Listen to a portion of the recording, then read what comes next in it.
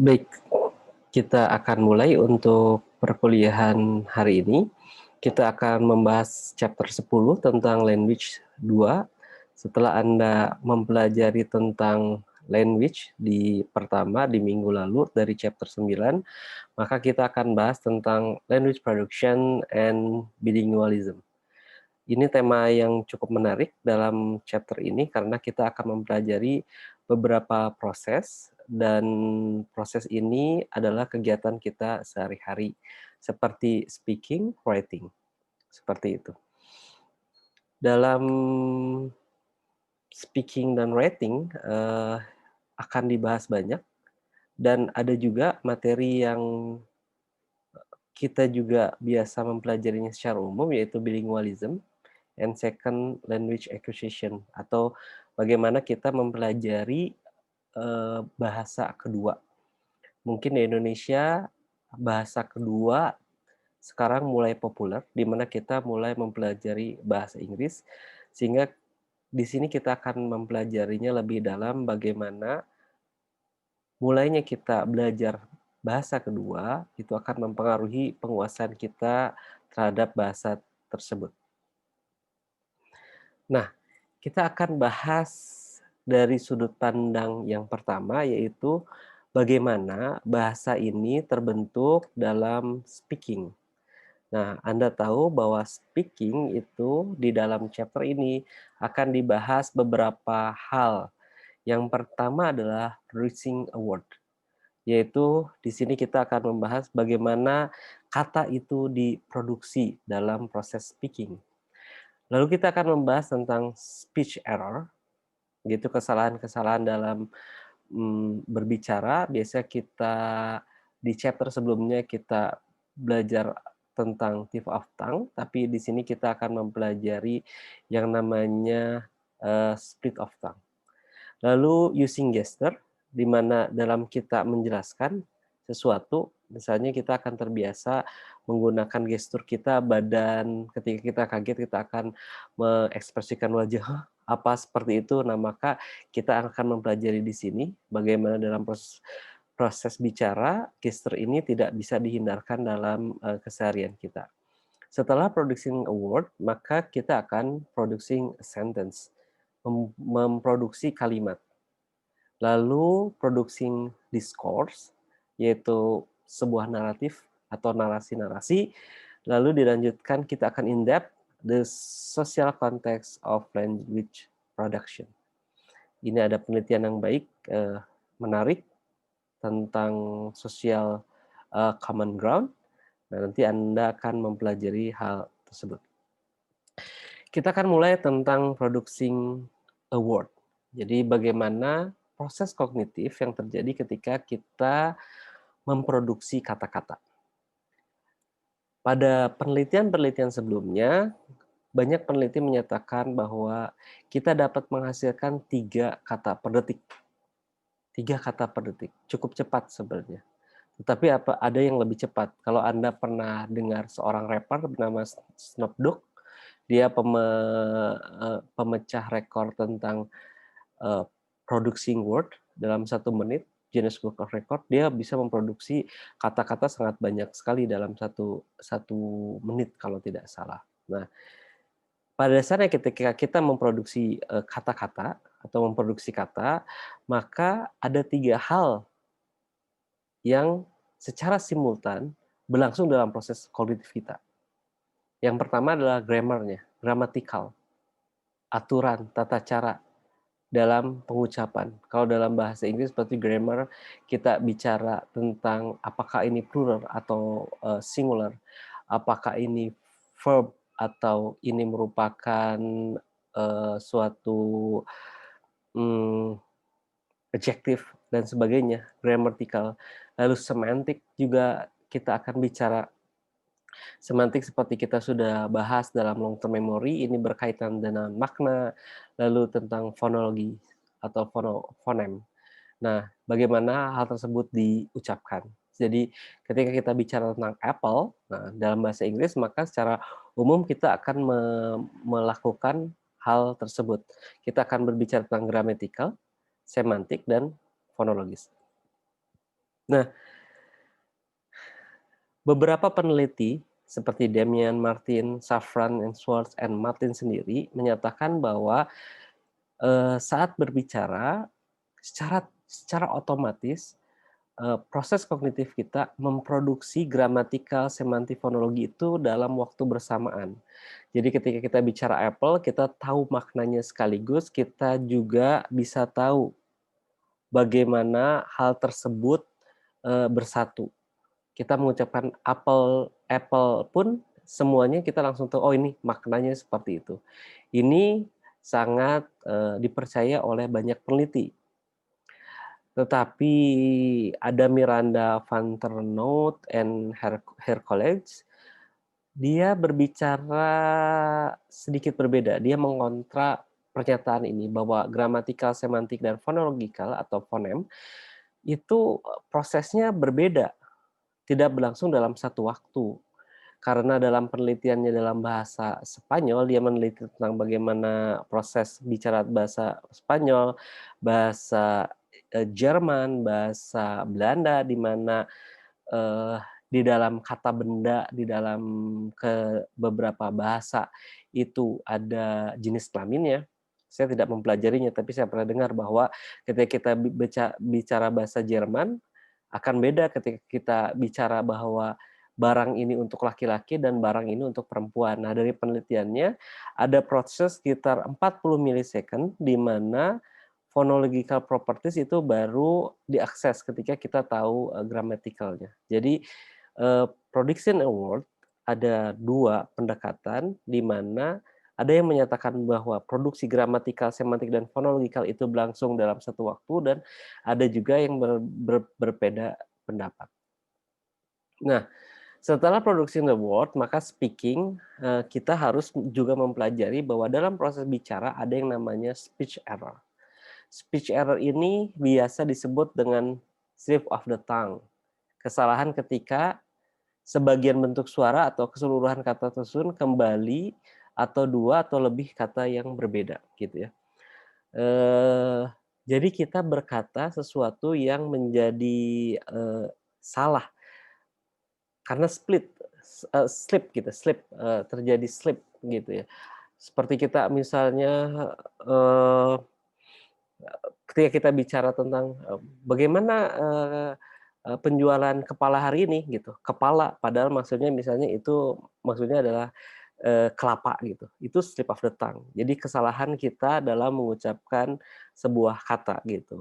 Sehingga ada yang biasanya karena penelitian tentang language itu lebih banyak dalam bahasa Inggris, ada yang namanya sound error. Jadi ketika suara atau kata-kata yang terdekat menjadi tertukar seperti tadi kelapa atau jadi kepala, seperti itu. Atau contoh-contoh yang ramah menjadi marah gitu, karena kesalahan kita terburu-buru bicara, "Orang ini ramah loh, padahal dia lagi marah." Oh, nah itu terjadi. Nah, atau morpheme error kan. Jadi terjadi ketika morpheme antara kata yang berdekatan. Nah, morpheme ini biasanya kalau dalam bahasa Inggris kita ketika diakhiri dengan ly atau kita bicara tentang plural and singular, jadi kita harus bicaranya apples, tapi jadi kita bicara apple, jadi ada hal-hal yang bersangkutan. Atau word errors, keseluruhan kata tertukar. Misalnya, I write letter to my mother. Saya menulis sebuah surat buat ibu saya, tapi karena buru-buru, ibu saya menulis sebuah surat untuk saya gitu. Jadi ada kesalahan dalam slip of the tongue. Nah, kita akan lebih cenderung membuat kata bermakna dibanding yang bukan kata ketika mengalami, slip of the tongue. Jadi slip of the tongue biasanya kayak kelapa jadi kepala, itu dua-duanya mempunyai makna. Jadi selalu ada makna dalam ketika kita ramah atau marah, itu pun, kita berbicara, eee, ada maknanya, seperti itu. Kita jarang membuat kata yang dimulai dengan rangkaian huruf yang tidak benar secara gramatikal. Jadi misalnya kita bicara dorm, drum, ketika mengucapkannya akan menjadi drum, itu dua-duanya rangkaian yang pasti benar, kita bisa memaknakannya. Dan sebagian besar kasus error terjadi antara item yang kategorinya sama. Misalnya snow varies, kita lihat bahwa S dan F dan flow scenaries itu dua-duanya dalam dalam ritme yang sama gitu ya. Diakhiri dengan no, flow, raise dengan raise juga seperti itu. Jadi kepala, kelapa itu dua-duanya diakhiri dengan kata-kata "a" di akhirnya gitu ya. Kata sedang kita ucapkan dipengaruhi oleh kata-kata yang sudah kita ucapkan pada kata-kata yang akan kita ucapkan. Jadi, ada pelafalan-pelafalan yang kadang-kadang saling berkaitan satu sama lain, seperti itu. Nah, jika Anda ingin tahu tentang apa sih, slip of the tongue, maka Anda bisa menonton satu YouTube ini, Anda bisa catat atau Anda cukup searching tentang slip of the tongue atau speech error di dalam YouTube, maka Anda akan mendapatkan beberapa contoh, speech error, seperti itu. Nah, pertanyaannya adalah, ini yang harus Anda diskusikan dan harus Anda cari dalam literatur, mengapa terjadi speech error? Kenapa manusia bisa mengalami speech error? Walaupun misalnya saya berusaha berhati-hati dalam mengucapkan kata-kata, terkadang saya bisa mengucapkan kata-kata yang Anda, memicingkan mata, "Hah, apa sih yang dimaksud dengan, perkataan yang saya jelaskan?" Seperti itu. Karena strukturnya salah ataupun, eee, pernah Anda mendengarkan sebuah permainan yang padi dimakan tikus atau padi dimakan tikus itu bisa speech error karena ada kesalahan dalam membuat urutan yang tadi terakhir diucapkan. Nah, ini mengapa terjadi? Ini yang harus Anda diskusikan. Nah, yang berikutnya adalah kita belajar tentang using gesture, embedded cognition. Jadi, gesture adalah pergerakan badan yang terlihat saat saat, kita berkomunikasi. Gesture ini sama, mungkin punya perbedaan makna untuk tiap budaya. Artinya kadang-kadang kita bisa bermakna sama, bisa bermakna tidak. Saya sangat ingat kalau saya nonton film India gitu ya, Anda mungkin juga bisa nonton film India beberapa contoh, kalau mereka mengucapkan, "iya" itu menggeleng justru, bukan bukan "ya" seperti kita. Kalau kita bicara, "Mau makan?" "Iya iya," tapi kalau mereka bilang, "Ya ya ya," tapi dia menggeleng gitu. Nah itu ada ada perbedaan gestur. Ada mungkin beberapa perbedaan gestur lagi yang bisa kita perhatikan untuk berbeda budaya. Geser ini bisa mempengaruhi cara berpikir, artinya ketika, sebagai contoh ketika saya mengajar lalu Anda melakukan gestur mengangguk, itu akan mempengaruhi cara berpikir saya, seperti itu. Ada sebuah jargon di dalam NLP disebut dengan motion create emotion, artinya ketika kita membuat gerakan, maka itu akan mempengaruhi cara berpikir. Jadi ketika Anda pidato di depan umum misalnya, tapi Anda sudah melakukan gestur ketakutan, maka itu akan mempengaruhi cara berpikir Anda. Anda akan tidak pede untuk melakukan hal tersebut, seperti itu. Biasanya embedded cognition ini, digunakan atau gestur ini digunakan untuk memperkuat sesuatu. Anda mungkin bisa melihat beberapa contoh presiden Indonesia yang menggunakan gestur ketika berbicara untuk meyakinkan, individu-individu lain. Atau Anda bisa melihat orang tua Anda ketika marah, dia akan memicingkan mata, membelalakan mata, itu berarti cukup cukup, untuk menjadi direct buat Anda bahwa dia, sedang marah, seperti itu. Nah, setelah 3 hal ini, maka kita akan mencoba memahami setelah kata itu terbentuk, maka jadilah kata itu menjadi sebuah kalimat, gitu ya. Membuat gits, gitu ya. Jadi kata-kata itu secara tidak sadar kita membuat kesatuan pengertian. Nah, dengan ini kita mulai memproduksi bahasa dengan top down. Jadi, kita mempunyai ide lalu kita sampaikan. Dan itu prosesnya sangat cepat. Seperti saya menjelaskan sekarang, saya tidak mengontrol dengan banyak apa yang saya ucapkan, gitu ya. Nah, membuat struktur umum kalimat, gitu. Memilih kata-kata yang spesifik, itu adalah sentence. Untuk menjelaskan sebuah ide kepada hal layak umum, maka kita akan memilih kata-kata spesifik. Kita tidak bisa menjelaskan kata yang sama digunakan untuk semua umur. Misalnya, silakan lakukan konsolidasi dengan teman Anda, jika Anda punya masalah. Jika kata-kata ini kita berikan kepada anak-anak, lalu anak-anak SMP atau SD awal gitu ya, lalu kita bicara, "Silakan lakukan konsolidasi." Mereka nanya, "Apa konsolidasi?" Beda kalau kita misalnya mengucapkan, "Ayo, ngobrol-ngobrol dengan mereka, kamu mau nyelesain masalah apa?" Maka hal tersebut akan lebih dipahami oleh anak-anak. Jadi kita akan memilih, kata-kata yang spesifik. Mengartikulasi fonem sebagai hasil dari produksi kata-kata gitu ya. Artikulasi fonem artinya kita melakukan sesuatu perkataan yang bisa dipahami oleh orang lain. Ada yang namanya linearization problem, challenge yang terjadi saat kita berusaha mengurutkan kata-kata sesuai dengan aturan dan urutan supaya lebih bermakna.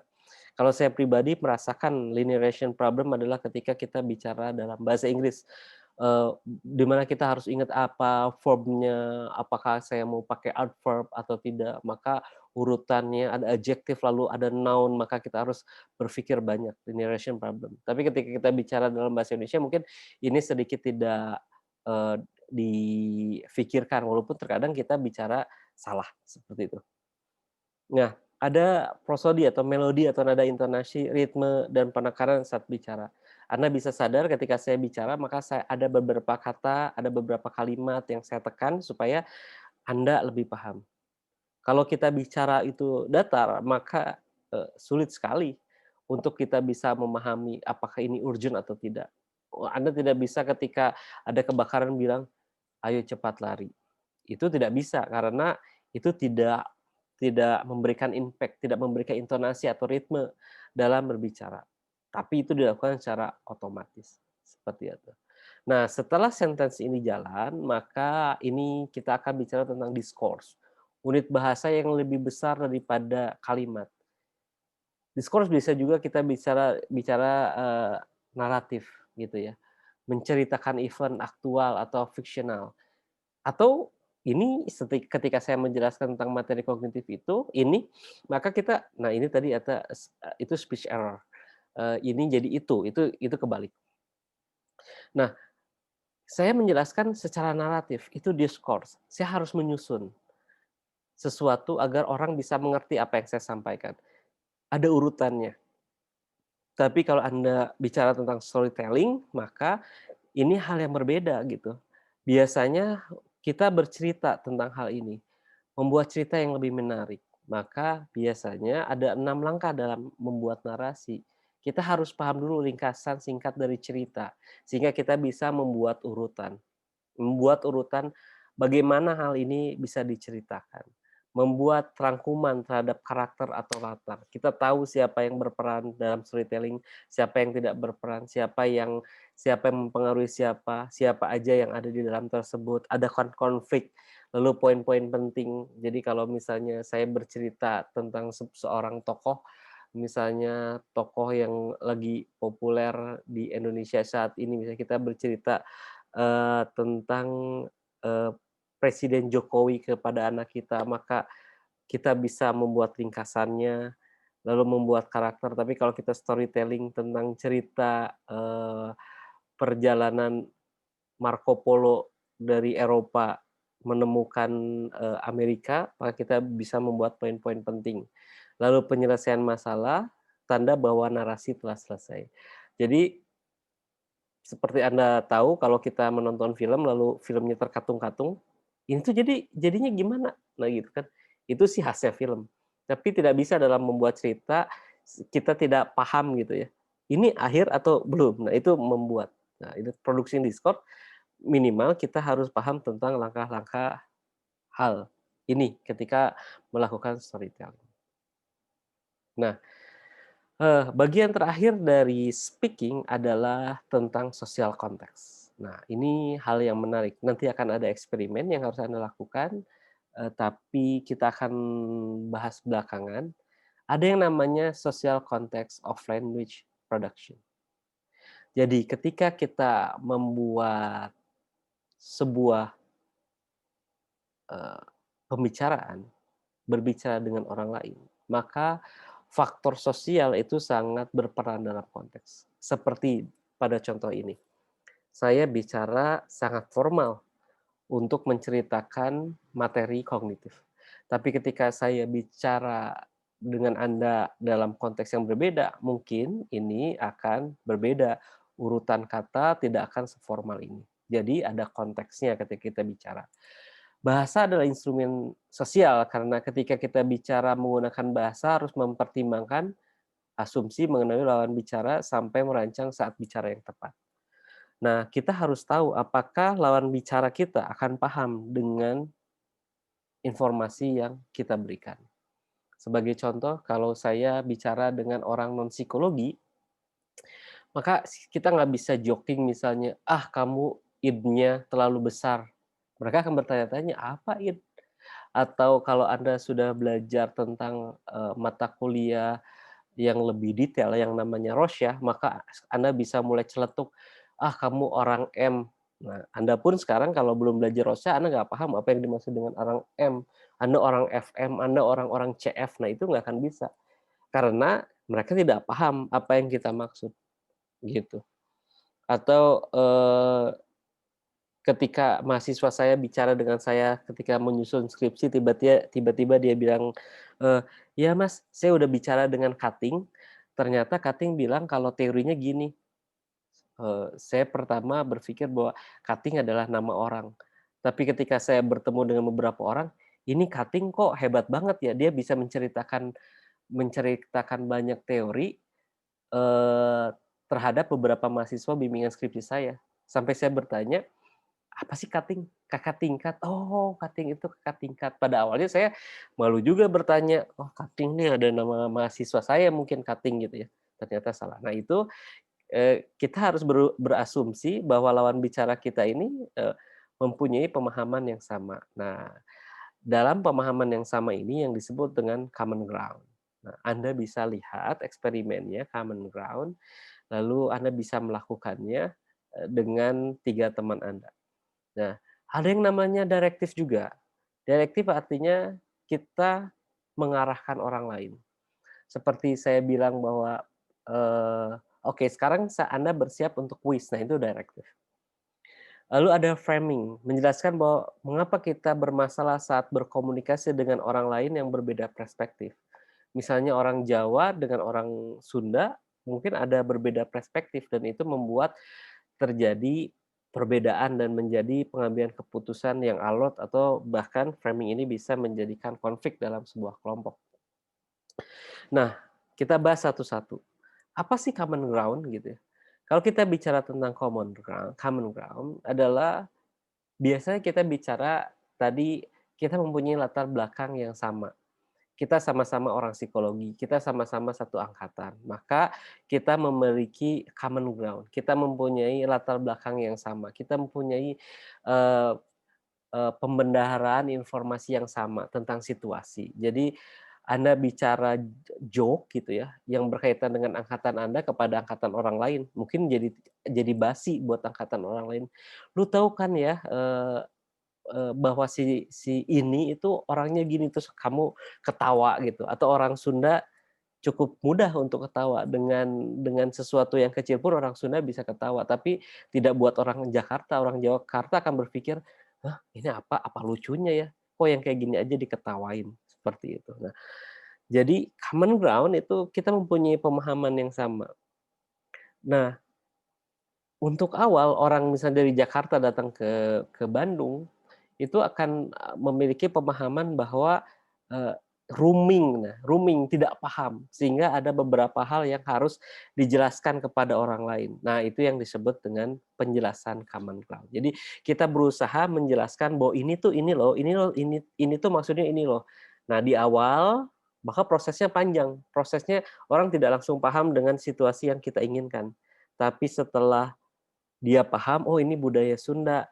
Kalau budaya Sunda itu kalau bercanda ngeledekin orang, menjatuhkan orang, dan orang bakal ketawa. Nah itu jadi sebuah common ground. Nah, kalau ini dalam konteks organisasi, maka Anda misalnya nanti lulus lalu kerja di dalam sebuah organisasi, Anda tidak paham dengan instruksi-instruksi dari atasan. 86, apa ini 86? Saya nggak ngerti 86, saya bukan polisi misalnya ketika Anda masuk ke dalam kepolisian, oh artinya siap gitu ya. Nah itu dijelasin dulu, oh Anda observasi, oh seperti itu, maka sekarang Anda punya pandangan yang sama.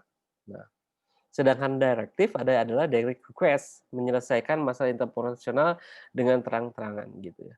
Saat ditilang, seseorang akan langsung mengerti ada penilaian, itu direktif. Lalu saat ditilang, ia akan langsung bersedia membayar polisi, itu namanya direct request. Lalu atau penyelesaian dengan cara tersirat, "Udahlah Pak, kita cari aman aja." Nah, itu disebut dengan indirect request. Tapi orang paham, tapi artinya kita mencoba mengarahkan. Jadi kalau direct request, langsung bersedia membayar, gitu.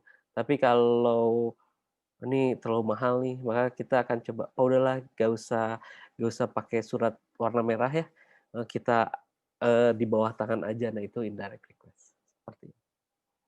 Nah framing, pembingkaian. Nah, ini struktur mental yang menyederhanakan realita gitu. Saat terjadi frame, komunikasi akan terhambat, terutama jika sebelumnya tidak ada common ground yang sesuai. Ini saya ambil misalnya responsibility. Responsibility itu bisa sosial, bisa individual. Misalnya ketika Anda pergi ke sebuah negara, lalu Anda merasa bahwa semua hal itu individual responsibility. Anda membuat SIM itu individual responsibility. Anda membayar pajak itu individual responsibility. Anda mengurus perizinan itu individual responsibility. Tapi beda dengan Indonesia. Indonesia kadang-kadang bisa bisa bicara tentang social responsibility. Tanggung jawab Anda itu diselesaikan oleh ayah Anda, tanggung jawab Anda diselesaikan oleh, siapa gitu ya, Anda yang bisa Anda bayar itu social responsibility. Atau ketika Anda melihat seorang pemimpin, ada orang yang pemimpin bahwa ngerasa kalau pemimpin adalah cuman mengawasi apa yang dikerjakan oleh anak buahnya. Tetapi, orang lain berkata bahwa kalau pemimpin itu bareng kerja. Nah, kalau ini berada di dalam suatu organisasi, ini belum terjadi common ground. Dan ketika ini terjadi, maka akan terjadi yang namanya kesulitan, hambatan dalam melakukan, sebuah kerjasama. Nah, ini yang disebut dengan speaking in social context. Jadi pada chapter ini Anda sudah membahas tentang speaking dan, eee, ada satu PR yang harus Anda pahami, mengapa terjadi speech error, itu yang harus Anda pahami sebelumnya.